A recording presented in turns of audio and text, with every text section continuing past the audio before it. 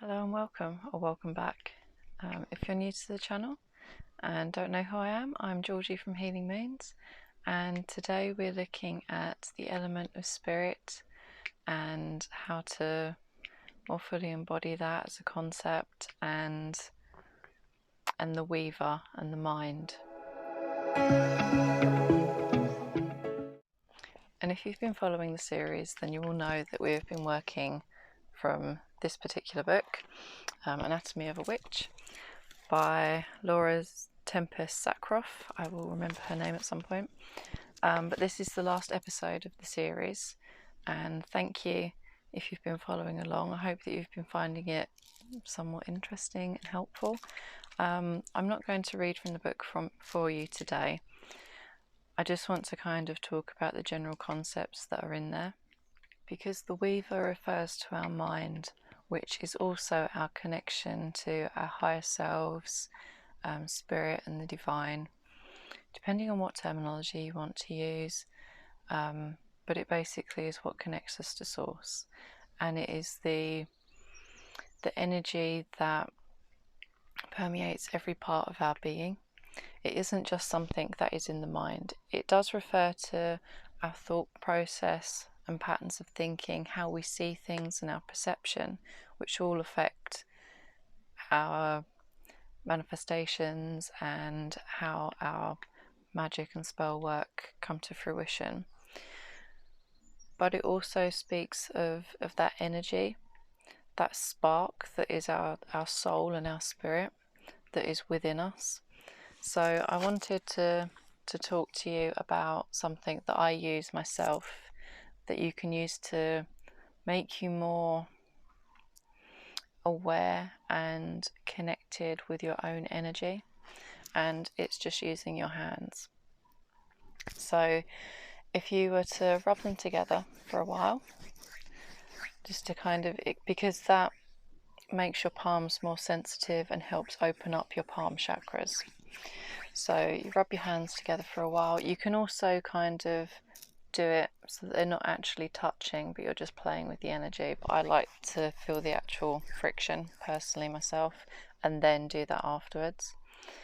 And then as you do this, you can start to feel a tingling sensation in your hands, and eventually you will start to feel like it's like a spongy resistance there, and that resistance, that's your aura and energy field of your body that you're actually connecting with and feeling.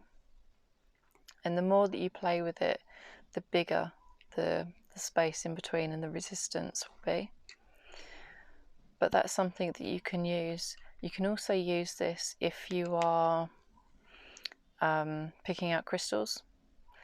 If you go to a shop and you're crystal shopping, you can actually do this prior to handling the crystals, because it opens up your palm chakras so that you're sensitive to the energy.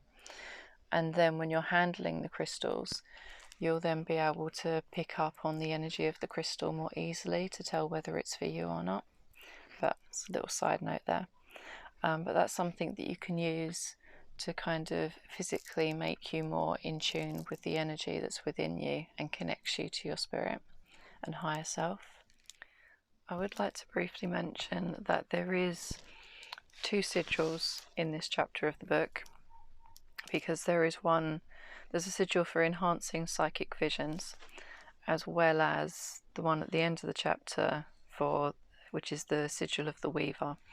So there is 2 in the book. But when it comes to getting more of a control over your thought patterns and the way that you view things, because it can affect the outcome. If you don't believe that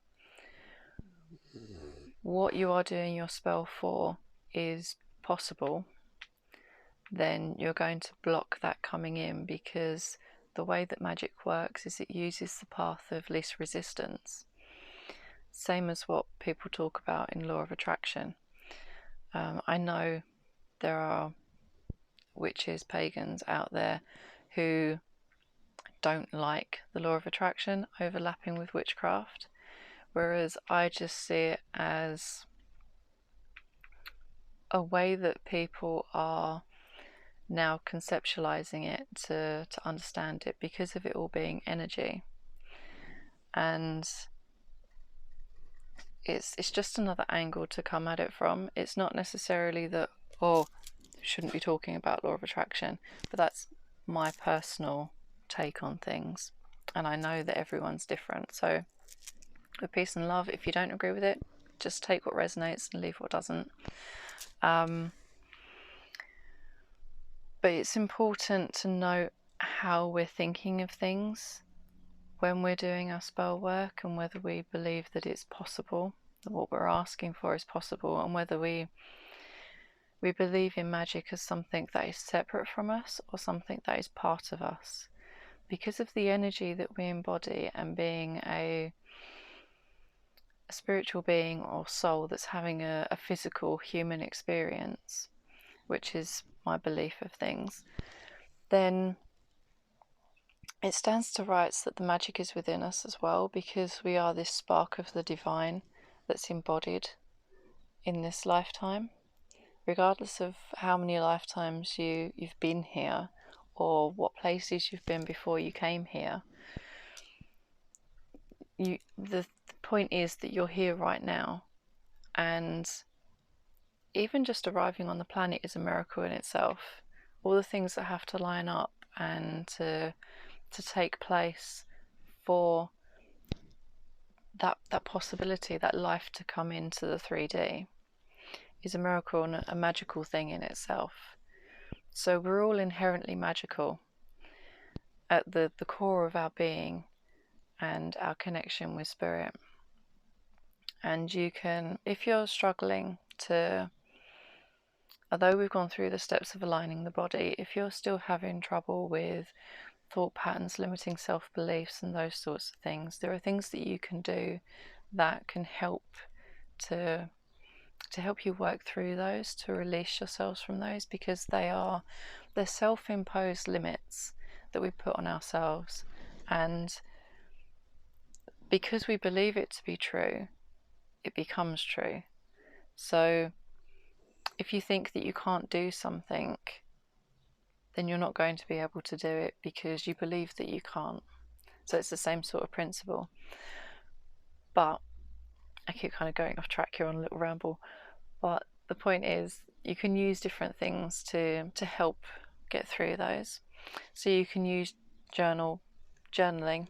If there's something that's bothering you, you can get it out on paper so that it's down on the paper and you can see it more subjectively, because you can take a step back and then see it written out. And if you are thinking badly about yourself, you can also write those down and then think about how would you respond if your best friend came to you and told you those things about themselves and they were feeling like that about themselves.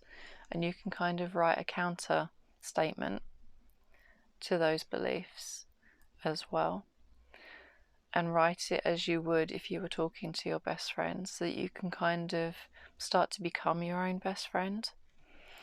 And you can also use meditation, and there doesn't have to be anything major about the meditation. You don't have to go through guided meditations if you don't want to. There are some up on the channel that you can use if you feel like doing so, but you can just focus on your breath and how your body feels, just to bring you back to center. And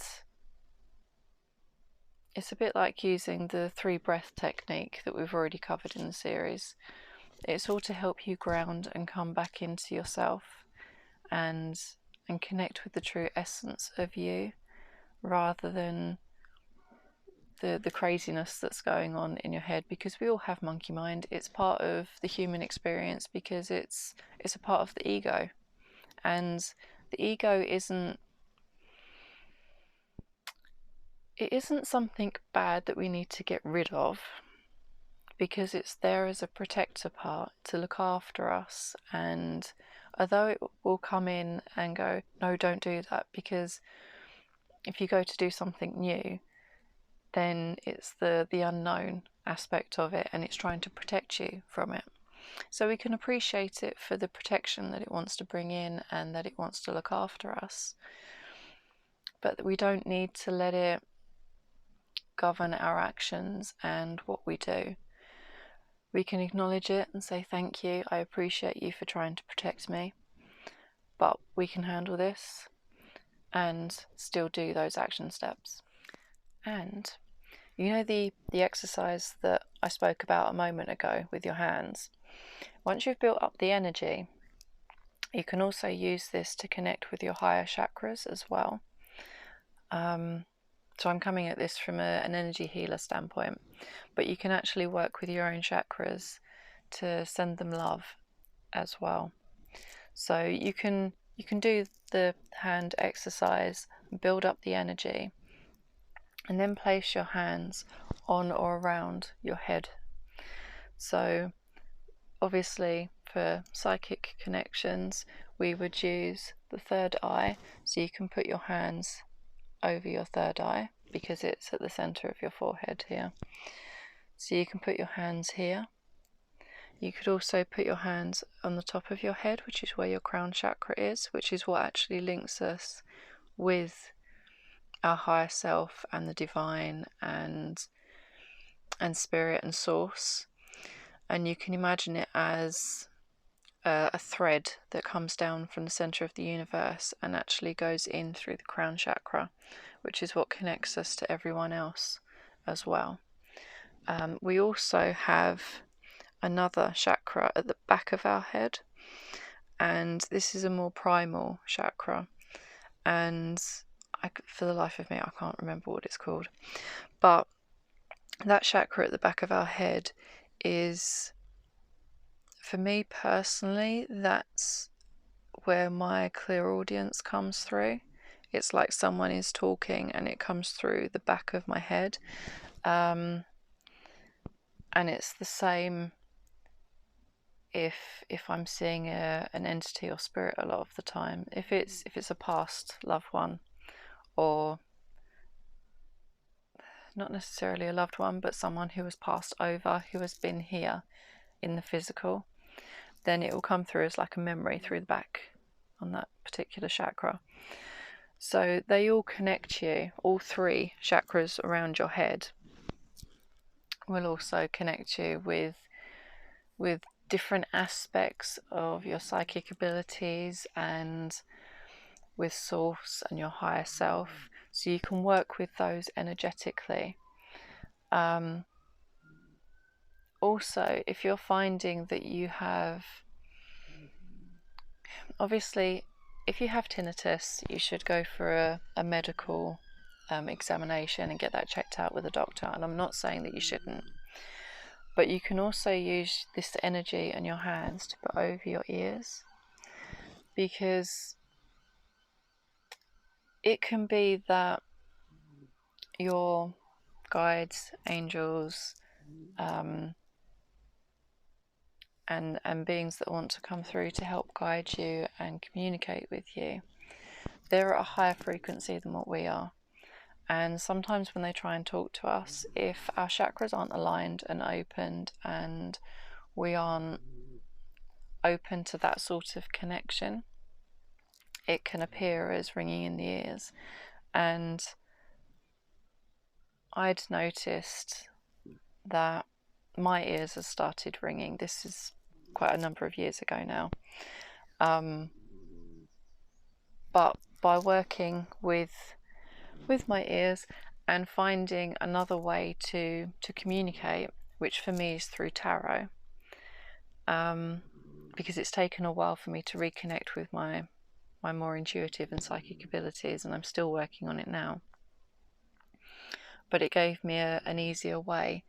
And so when my ears started ringing, I would say, okay, I'll get the tarot cards out, just hold on.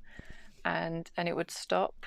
If I forgot to get the tarot out and get the message that was wanted for me, then it would start up again. But as long as I actually stop and check in and do what I'm being prompted to do so that they can communicate with me, then the ringing goes away. But if you find that you have earache and things like that, you can do this for any part of your body, actually.